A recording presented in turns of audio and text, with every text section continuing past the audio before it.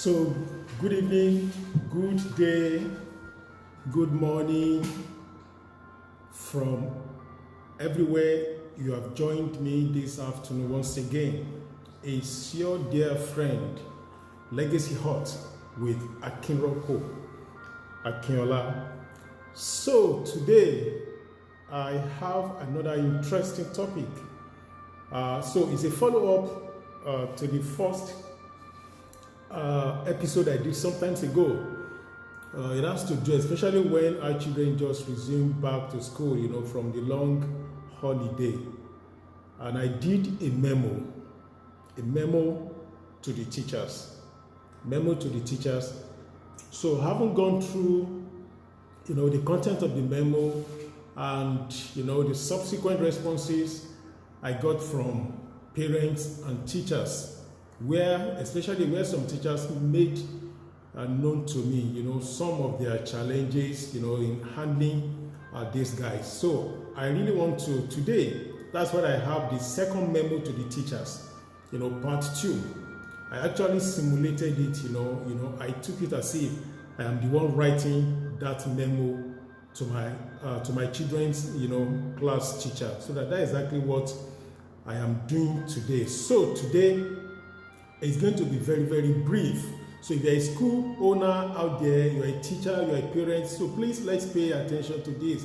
Let me quickly acknowledge people that have joined us today. Purity, thanks for joining. Royal Art and Design, thanks for joining. Madam Omobola or Larry Bigbe, thanks for joining us here. Inclusion Expert, thank you for joining. We are here. Okay, thank you, ma. So I'm also here. So why is this memo so important at this critical stage of our resumption or stage of our children and the students, school owners, teachers and school owners also. I want us to be in the same page, on the same page. Gone were the days whereby teachers will always be at loggerheads, with students or with parents. Where in some occasions where parents will always go to school to go and fight. I don't think I've never done things like that before. Even during my years of unknowing, not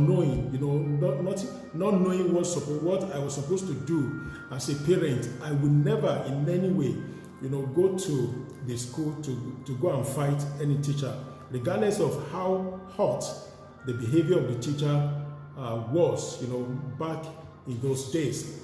So now, if you are a parent out there, you are a teacher, so please let's pay attention to this, because we are both, on the sides of education of our children.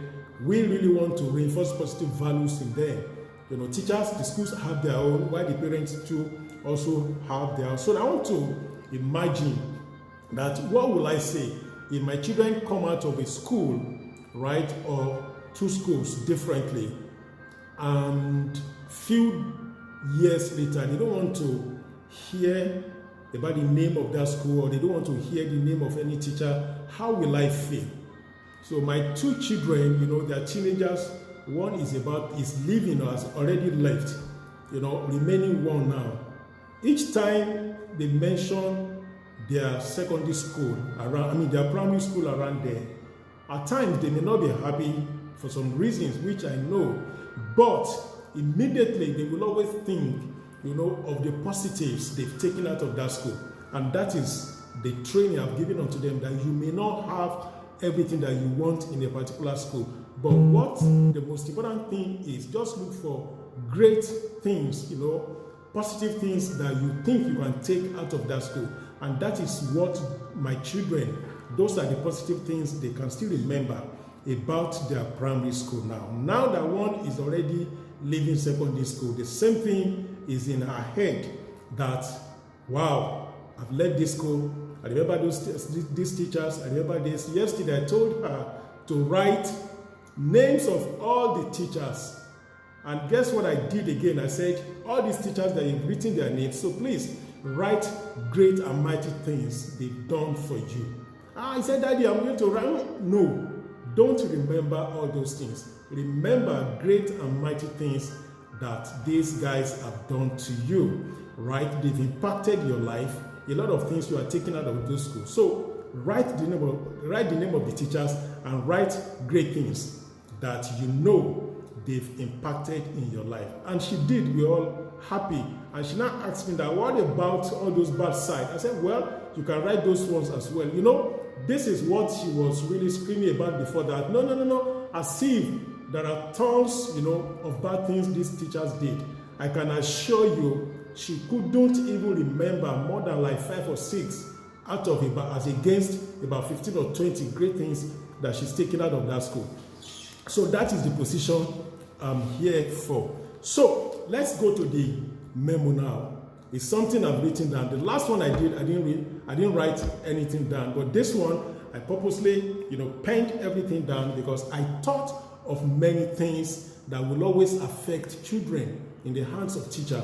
I put into consideration, you know, the challenges, the inherent challenges teachers will always face, especially here in this nation, Nigeria. So I really sat down and I put my thoughts together. I didn't want to miss anything out. You know, if I go on live, there is likelihood a lot of things will not be captured here. So that's why I decided to write them down. So please, let's pay attention to the memo I wrote to my son's teacher.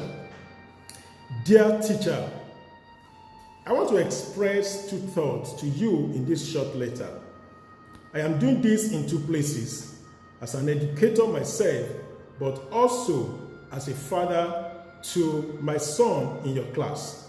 I want you to know that I recognize how emotionally expensive and energy draining teaching can be today, especially in our dear nation, Nigeria.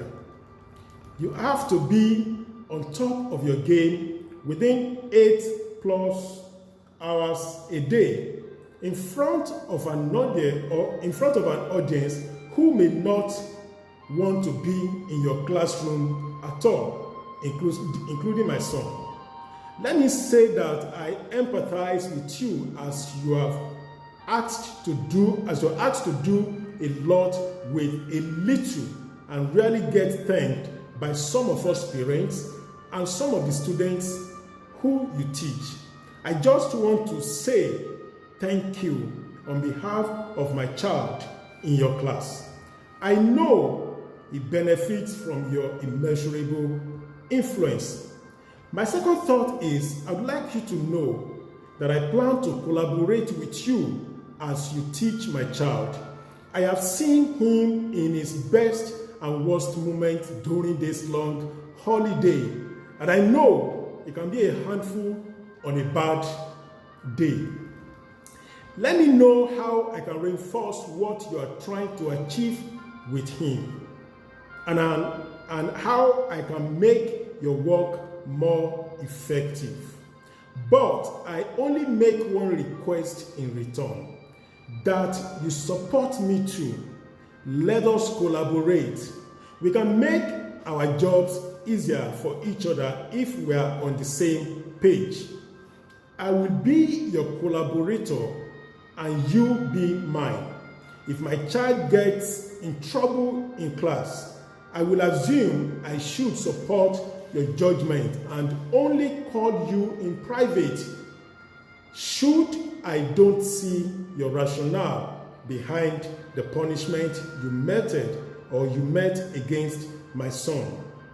I will encourage my child to work hard, listen well, and show respect.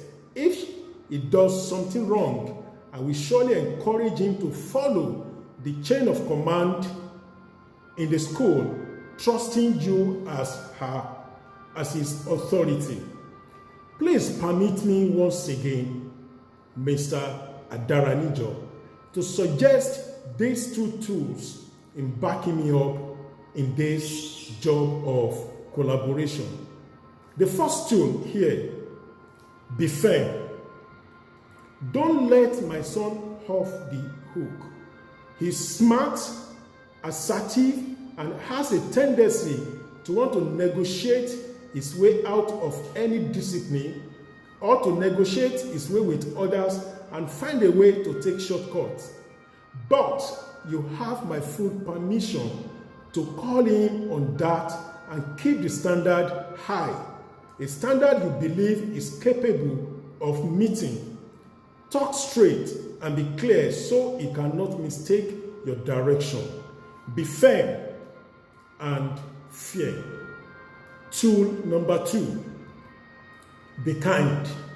I realize you may feel exhausted and drained in those moments, and you may want to find it easier to vent out of frustration with your student, especially with my son.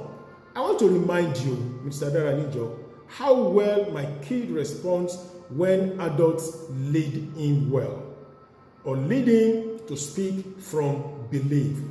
Set expectations high, but let him know why you do, because children, students support what they help create. Because you believe in any one of them, and because you believe in my son. Please note, firmness without kindness is incomplete. So at first time that they just came in now, I want you to know you've got me in your corner. I promise not to delegate my child's development solely on you. This is your co-collaborator in education sector. My name is Akinropo Akinola. Thank you.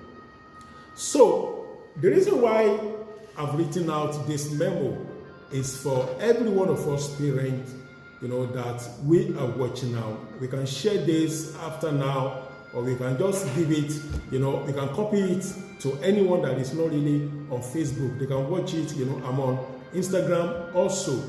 This thing is simple. I purposely simulated this so that any one of us can copy this. It's not out of place that we have any of our children, getting into trouble all the time. So instead of us fighting, or instead of us just sucking in, instead of us just, having to take our children out of that school, because I see many of us parents do that. Anytime we see anything that is not really in alignment with the value system that we want, or when we see our children complain about certain activities of the school or the teacher or any of the teachers, we secretly take these guys out of this school. And I've said this thing before. I'm sure I said it about 4 or 5 years ago, that when you notice something is not really going down well in a particular school where your children or where your child is, and you take those children or you take your child out of that school, you have done two evil things. The first one is you're not going to allow the school to know their excesses. That's number one. So even when you complain about that thing, if it is true, that thing you complain about, if it is true, and you secretly take your child out of that place, what about the other children that are in that place? You endanger their life. So meaning that you are so full of yourself alone, it's just about your children, you just take them out. So when you see anything that is not going down well in the school where your children are, what you do simply is seek the audience of the authority there. Whether, I don't know the line of authority, the command of change, the chain command, that is available in that school. Maybe you have to go through the teacher, or you go through the administrator, or you go through the head of school.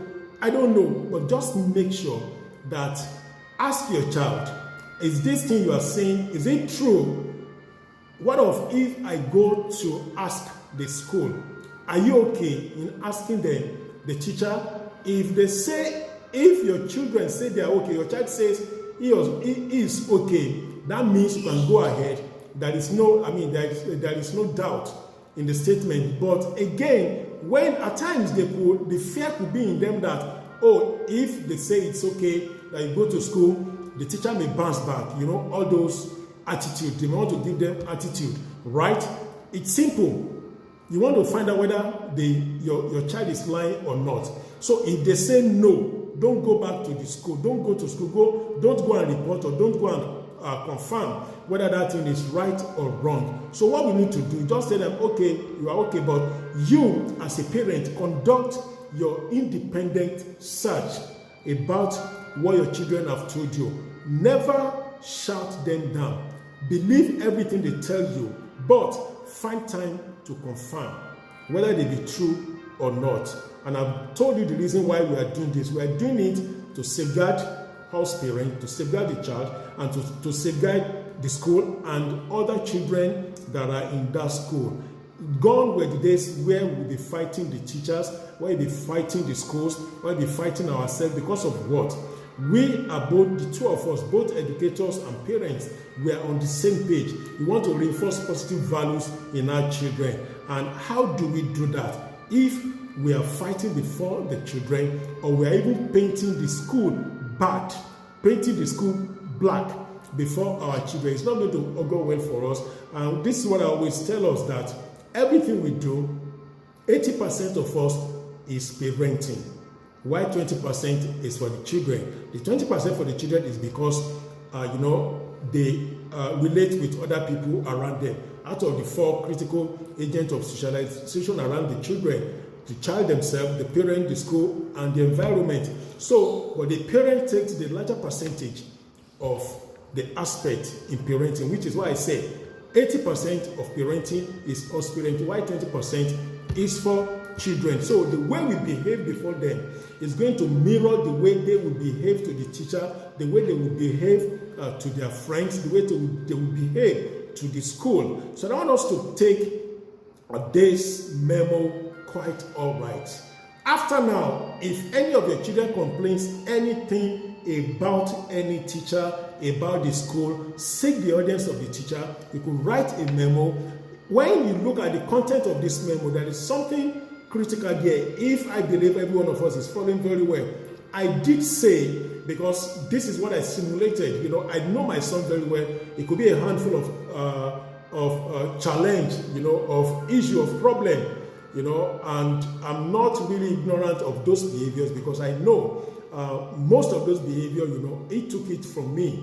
But at his age, I didn't have the luxury of opportunity, the luxury of exuberance, to exhibit all those things. I couldn't do that where my dad was.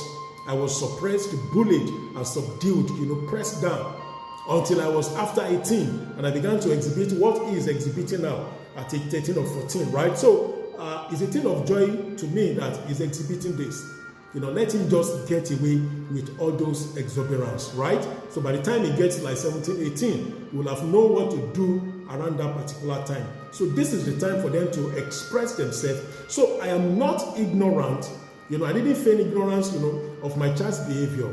I did say during the long holiday, a lot of things I noticed in him, and can be a handful of challenge. So I made the teacher to know. So me and the teacher were on the same page. So it's not going to be that the teacher will call me, or when I go for open day, the teacher will tell me this is what my son did, and I'm like, well, he doesn't behave like that at all. No.